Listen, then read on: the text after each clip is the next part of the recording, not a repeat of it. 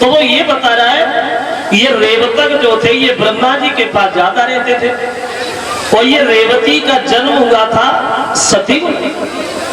ये रेवती सतयुग में पैदा हुई थी।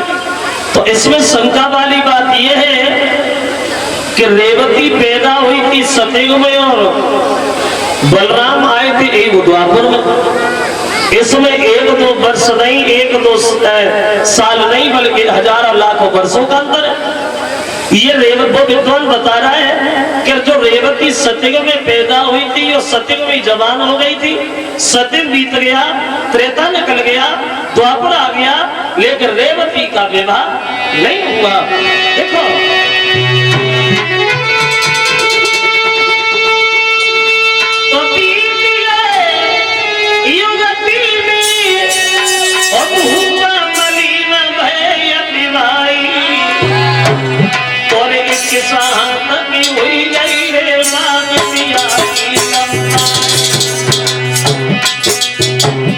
वो कवि बता रहा रेवती जो सतयुग में पैदा हुई थी, सतयुग में जवान हो गई, लेकिन द्वापर आ गया मगर शादी नहीं हो पाई। तब तक रेवती की लंबाई जो थी वो 21 हाथ ऊंची हो गई, 21 हाथ लंबी।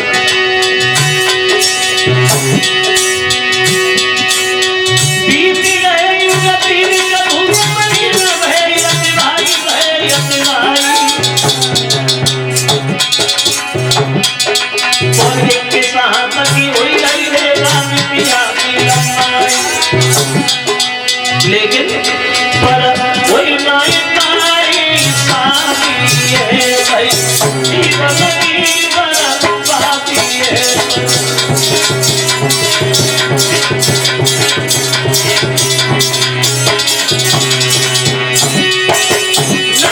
मिल पाई आजादी है और नाई बन पाई बसे जाती है।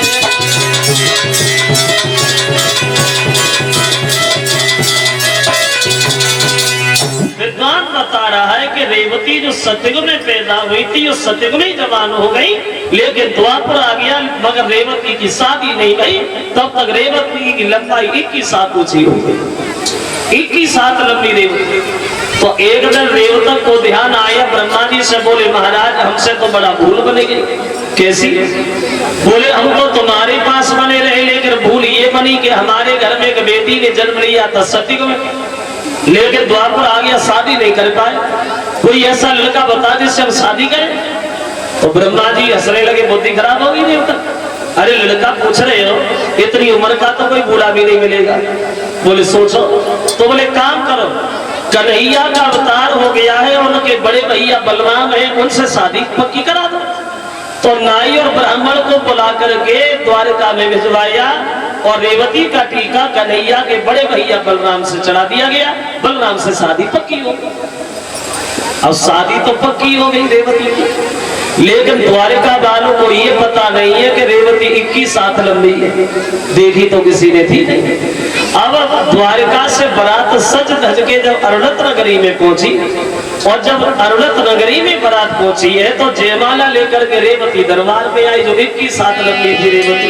देखो वहां कले जयमाला संग सहेली लगी सभा में आई।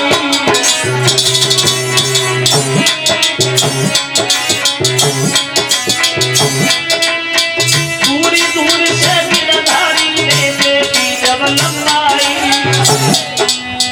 जो 21 हाथ लंबी थी रेवती।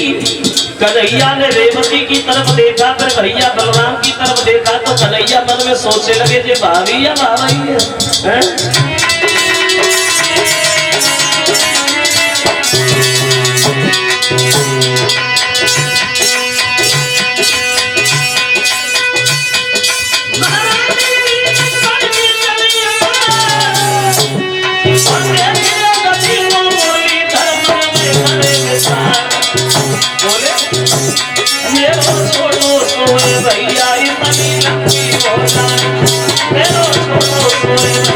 भैया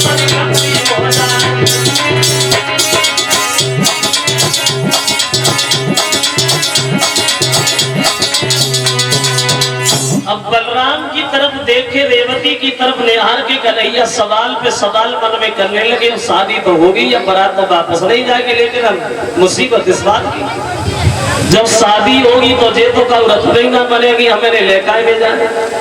फिर बलराम ने मन में कन्हैया ने सोचा, इनसे कहेंगे भैया मजबूरी है, पैदल ही पैदल चलो। कन्हैया ने सोचा वो भी हो जाए।